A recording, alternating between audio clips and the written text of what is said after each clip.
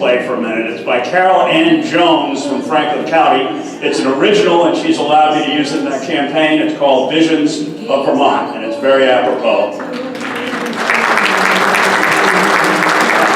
Thank you for coming today. It's an absolutely great turnout. You know, we're going to have a Republican governor of the state of Vermont in November. We all know that. And you know, as I think back over the past 6 years, who do we thank the most for helping us have that happen? We need a hand for Governor Peter Shumlin.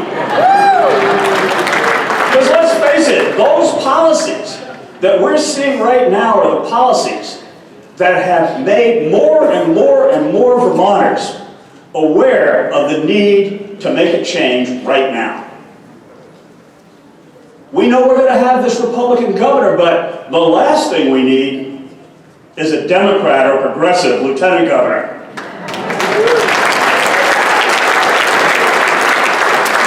And I've joked that the job of the lieutenant governor, of course, is to wake up every morning and inquire about the health of the governor. Which is why both of our candidates have said the first person they're going to appoint if I'm elected is a food taster. But you know, it's a deadly serious issue though, because 5 times in Vermont history, we've had a sudden case in which the lieutenant governor has had to assume, suddenly, the office of governor. And it started with our first governor in 1797, who passed away in office. And most recently, we saw the result, particularly of having a Republican governor and a Democratic lieutenant governor, is when Governor Richard Snelling passed away suddenly in office to be replaced by Howard Dean. There's so much, though, that a lieutenant governor can do, even though it's an office that's charged with presiding over the Senate, that's charged with being there in the wings in the event that tragedy occurs. But during the rest of that time, the lieutenant governor's office provides a platform.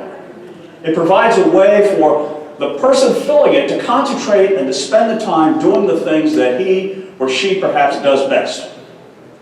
Now, I want to use the office as a platform to help Vermont move ahead and to think not just 2 years down the road in the budget cycle, but to think 5, 10, or 15 years down the road. We spend a lot of time talking about making Vermont affordable. And that's something, no question, we absolutely have to do. We do have a crisis of affordability. But I want to focus not just on making Vermont affordable, which to me often means making us have the ability to live paycheck to paycheck. But what we want to do is we want to know, how do we move forward to create a vibrant economy in Vermont? How do we move forward in a way that Vermont becomes a place that people want to go as a place that people want to leave?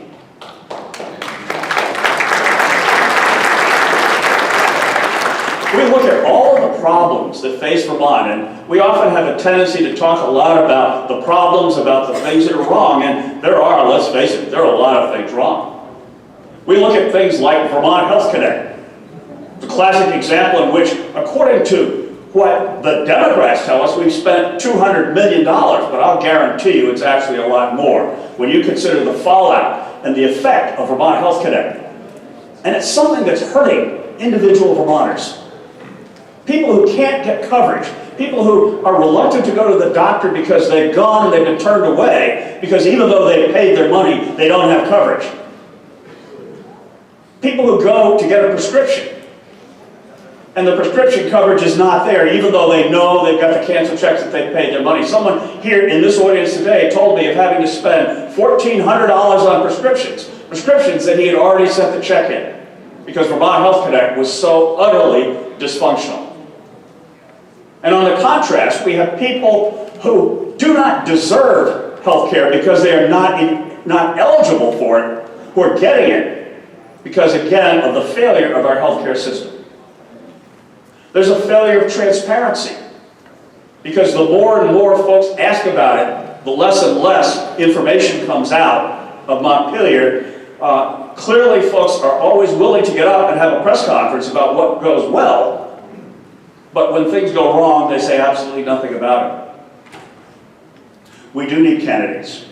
No ifs, ands, and buts about it. The way that we're going to change Vermont Health Connect and all of the other things that are wrong is having people to run for office, for the legislature and for the other statewide offices.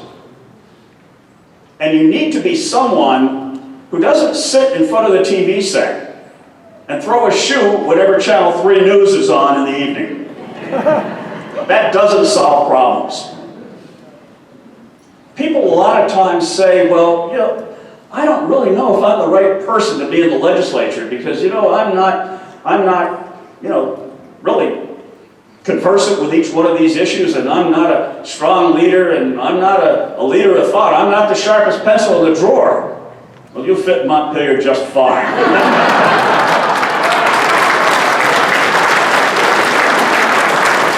You know, I know that one of the criteria that I've seen for being a Vermont legislator in Montpelier is that you've passed 4th grade arithmetic. Now that doesn't happen with the majority party where you see us spending twice the rate of inflation year after year after year and not somehow recognizing that you can't keep doing that.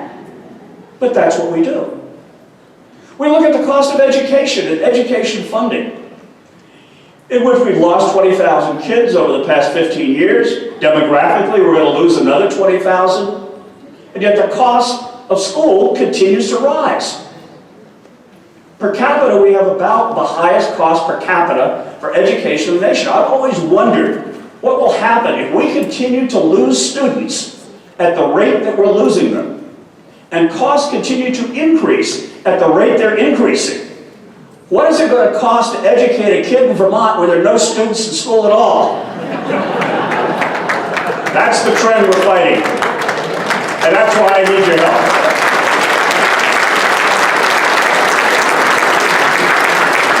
You know, we do have a demographic crisis in Vermont. We're 49th in the nation for the second year in a row in population growth. 49th in the nation.